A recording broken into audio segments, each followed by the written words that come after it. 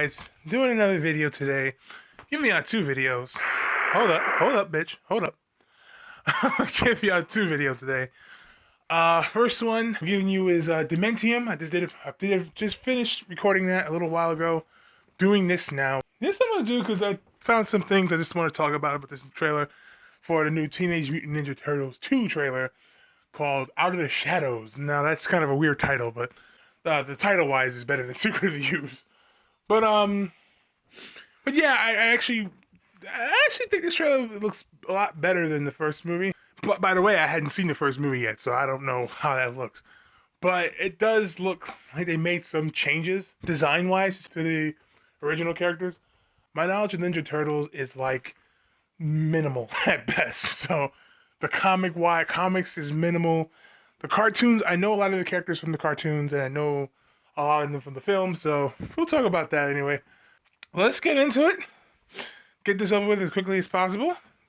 This trailer preview has been approved for all audiences, appropriate audiences. All right. There's people looking at shit, standing on cars. There, Donnie? I don't know.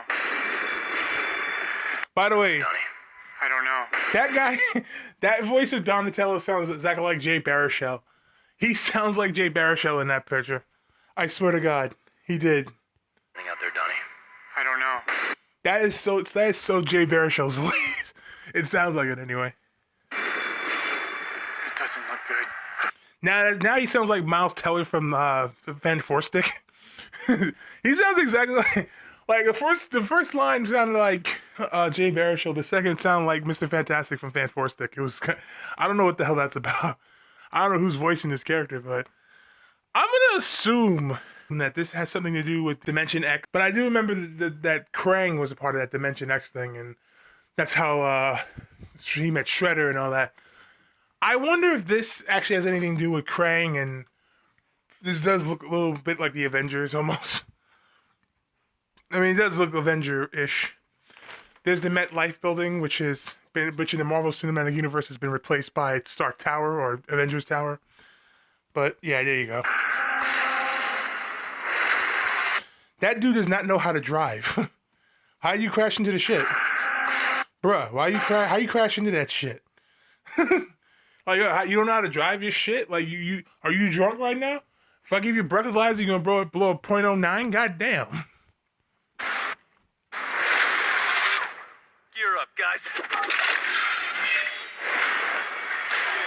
Whoa! Now, that is the Shell Razor. That is a Shell Razor. This whole... I feel like they tried to make it as close to the animated series as possible, and I appreciate that. Because the first movie seemed like they tried to...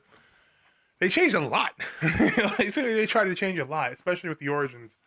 You know, connecting April O'Neil to the origins of the Turtles. I think that was actually in one of the comic books, so... I guess it's not the first time April has met the Turtles as a kid, so... Whoa!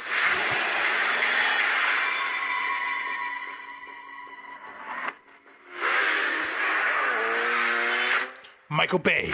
Explosions! Yeah, that's typical Michael Bay nonsense.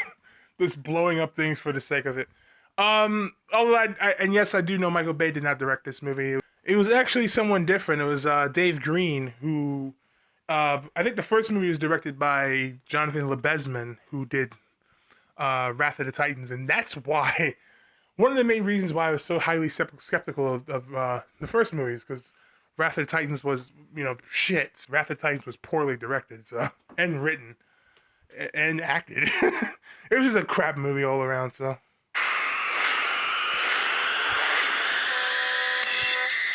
I'm gonna assume those guys are the Foot Clan, and I'm glad, and this is what I mean by they're trying to be more close to the cartoons. The Foot Clan apparently is not a gang of mercenaries like the first movie was, apparently. They're actually the ninjas. They're ninjas now, so I'm glad they kind of changed that, because the whole ninja concept was made the Foot Clan so cool, but then they made them mercenaries and shit, so it's just kind of fucked the whole movie up.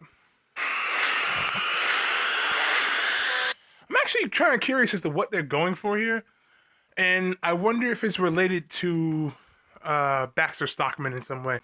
The Foot Clan, they do shit and it has a purpose. So I mean, they must have some reason for stealing their shit, and I wonder if it's related to Baxter Stockman and the creation of Bebop and Rocksteady's mutated form. So I don't know, and I wonder if this person here is. I mean, I can't tell the person's physique from the heavy from the clothing, but I wonder if that's Karai or something. This is my recital. Bogey's on the bus. I think it's I was so hoping that they were gonna play the ninja rap from the second movie. Actually, and thinking about it now, they just said Bogey's on the bus. I did see something online about in the first movie that Shredder was arrested or something. So I wonder if this is them trying to, break. Is this some sort of jailbreak now? Now that I'm here, now that you said something about the bus, I wonder if that's what that is, a prison bus. very vital. Hit the button. One button, there are a million buttons. Now, although I think that's kind of cool, they're shooting manhole covers. I think that's kind of Ninja Turtle-ish.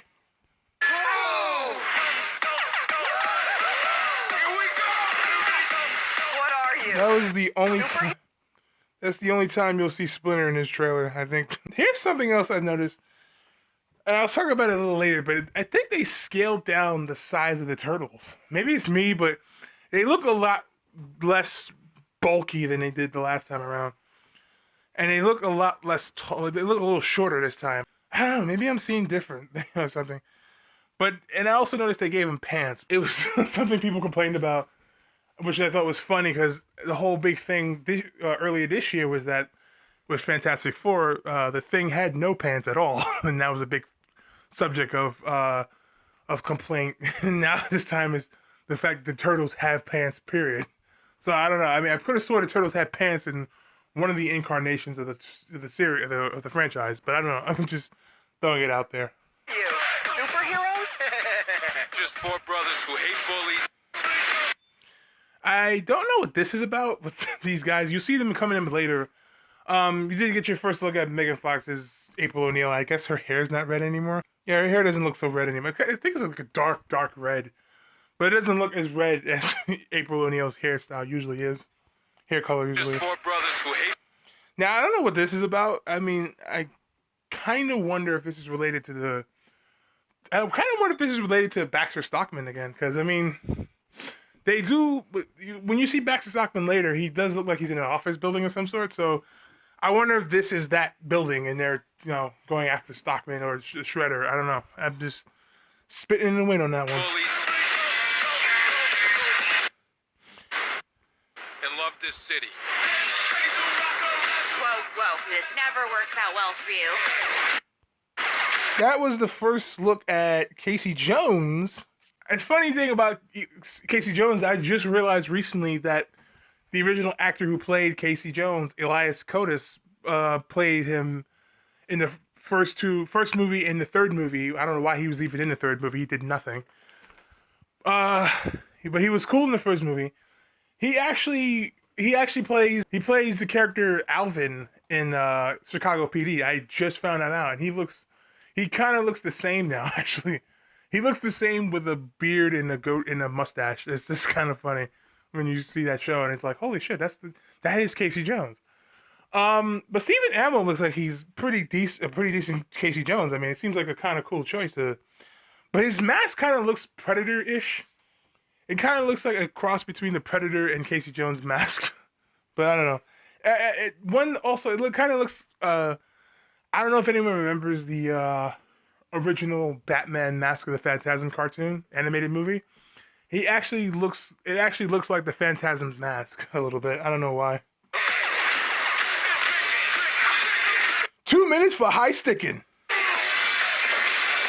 What's your name? Casey Jones. He's meeting all four of them now, I guess. Maybe for the first time. I don't know. I want to think it's for the first time, but probably not. One question. Are you two guys like a thing? Here's what I meant by scaling down the turtles. They don't look as tall as they used to. Like, they actually look a lot shorter than they did in the first movie. I don't know. Maybe I'm imagining that. I don't know. but they do look a lot shorter now. I'm looking for. Now, that was Baxter Stockman coming out of the limo. This is Brian T. playing the Shredder. Not bald this time, and he's not in a suit, so I guess that's a relief. I kind of wonder why they recasted him. Like maybe to get an actor in the mix, not just so much a guy who can just play Shredder in the shadows. That guy is a wrestler named Sheamus. They did release a character poster. It was 2 wanted posters. One of them was Sheamus as Rocksteady. The other as Gary Lee Daniels. He plays Bebop. And yeah, so that's the only time you see these 2 characters as humans at all.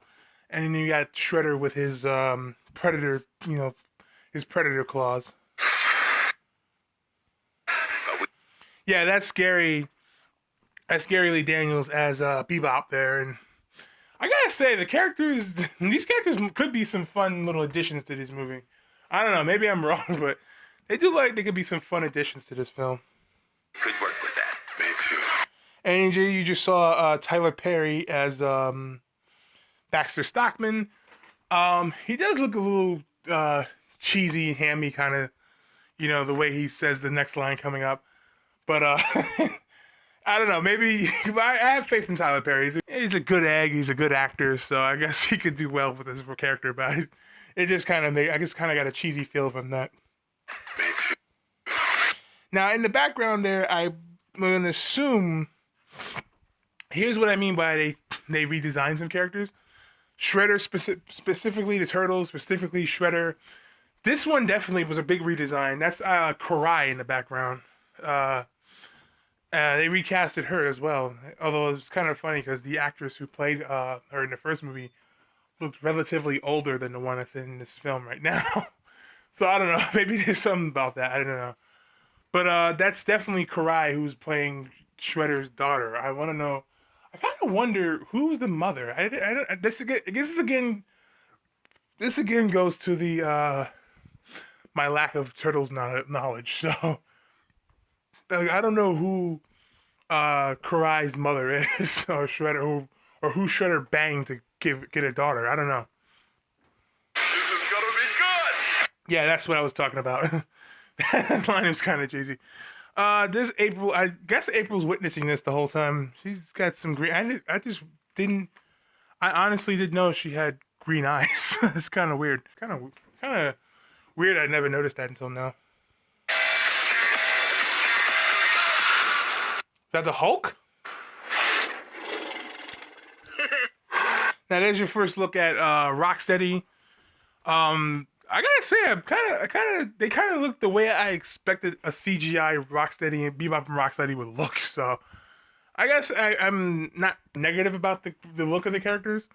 I mean, they look exactly how I expected them to look, both CG wise and design wise. Like that's how I expected Bebop and Rocksteady to look.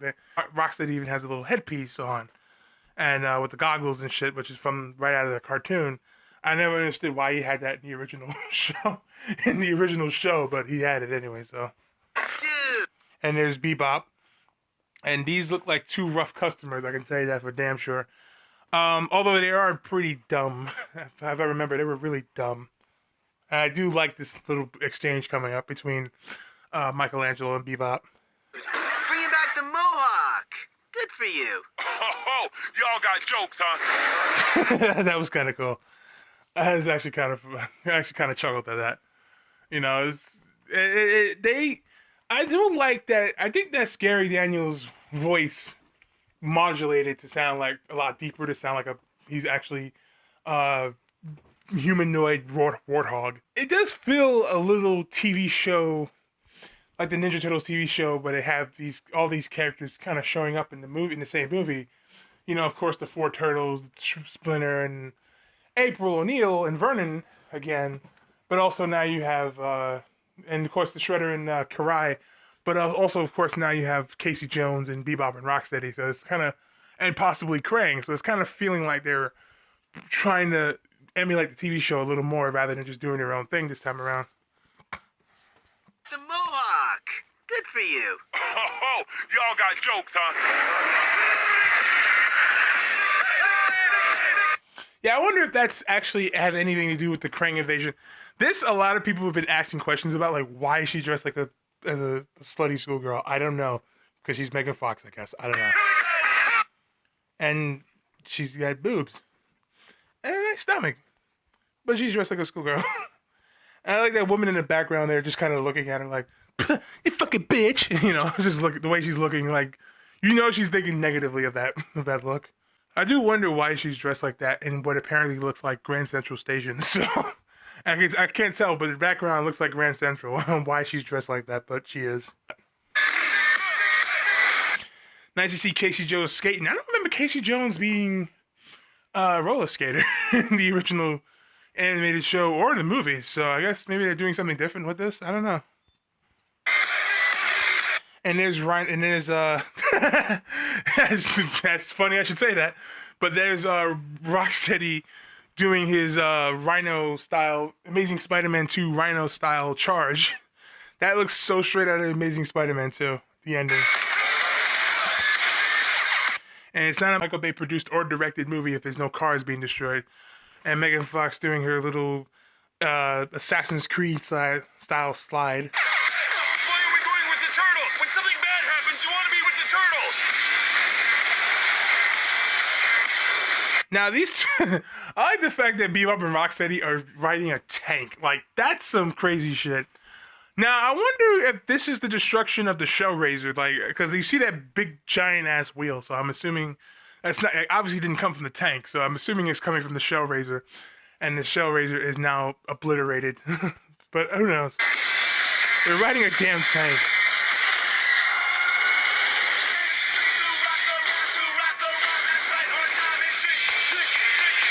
And there's the movie. Lasting impressions here. I do think this movie looks a lot better than the first movie, just design wise and humor wise. There's still maybe some of that typical Michael Bay fingerprint in this movie.